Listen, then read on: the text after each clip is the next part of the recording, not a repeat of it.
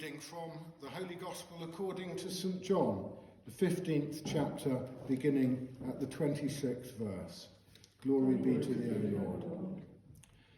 The Comforter will come, the Spirit, who reveals the truth about God and who comes from the Father. I will send him to you from the Father, and he will speak about me. And you too will speak about me, because you have been with me from the very beginning. I have told you all this so that you will not give up your faith. You will be expelled from the synagogues, and the time will come when those who kill you will think that by doing this they are serving God. People will do these things to you because they have not known either the Father or me. But I have told you this, so that when the time comes for them to do these things, you will remember all that I have told you. This is the gospel of the Lord. Praise be to thee, O Christ.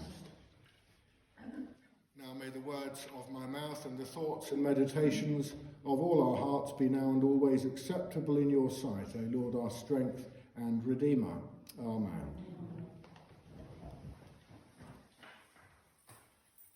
Today is the Sunday following the Ascension. After the resurrection, Jesus appears to his disciples for 40 days. He teaches them, he eats meals with them. Then after 40 days, he ascends into heaven to be reunited with God the Father. They then have to wait for the arrival of the promised Holy Spirit. There's now something of a void in their lives. Jesus has quite literally led them up mountains, but emotionally and spiritually, the disciples must feel like they've spent the last 3 or 4 years of their lives constantly climbing mountains with Jesus, emotional, spiritual mountains. But as the Gospels make clear, at this point, the disciples are not sad. They're not despondent. In St. Luke's Gospel, chapter 24, ends with these words: while he was blessing them, he withdrew from them, and he was carried up into heaven. And they worshipped him, and they returned to Jerusalem with great joy, and they were continually in the temple, blessing and praising God. The disciples are not going to just sit around and do nothing while they wait for the gift of the Holy Spirit. They're going to be productive, they're going to keep busy, and they do that through prayer, through worship. They were people of purpose. They were people who by now knew their calling. They knew what they had to do. They knew that God had a hugely important task for them. And they believed that God would equip them to fulfill it. And one we can read at length about in St. John's Gospel, the promise of the power from on high, the gift of God's Holy Spirit, sometimes described as the advocate, the comforter, the helper. The Spirit was to be poured out in a new way, a way that would give authority and power to their message and would equip them for all that they were to do. And it was this power that would sustain them through all that they faced.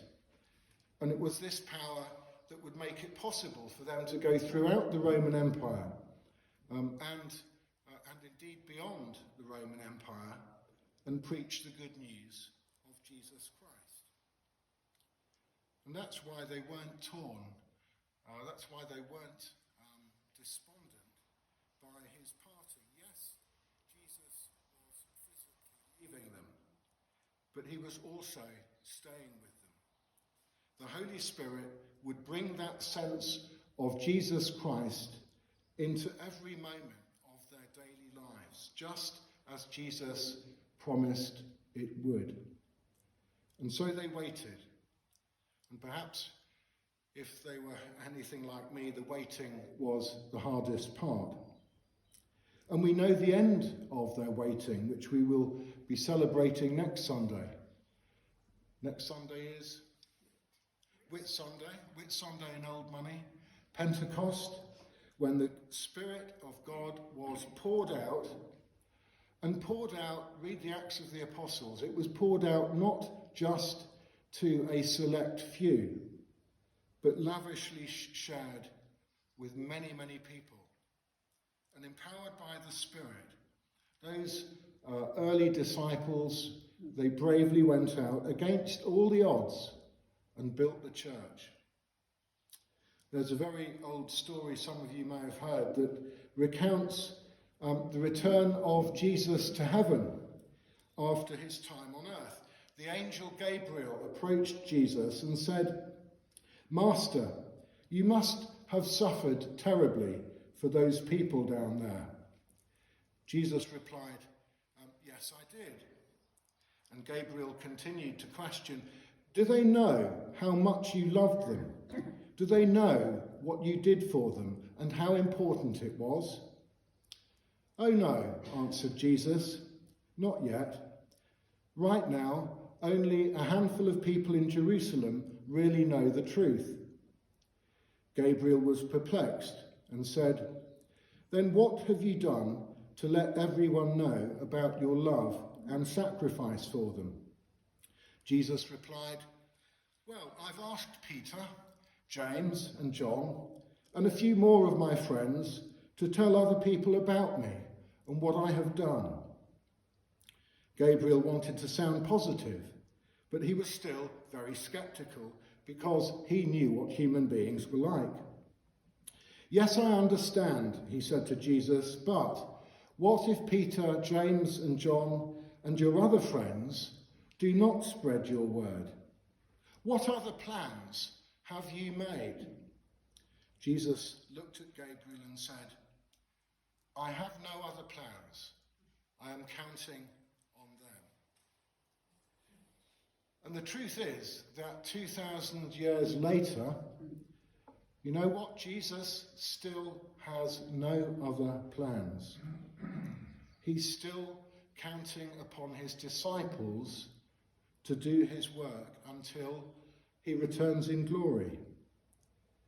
What does that mean? It means that he is counting upon you and I to be his eyes, to be his ears, his hands and his feet. And as we look forward to the further easing of the lockdown restrictions, as we begin to move forward, a question that should be in all our minds is this: what does God want me to do next? What does God want me to do next? What does he want us to do? And like those who've gone before us, may we be up to the task. Amen.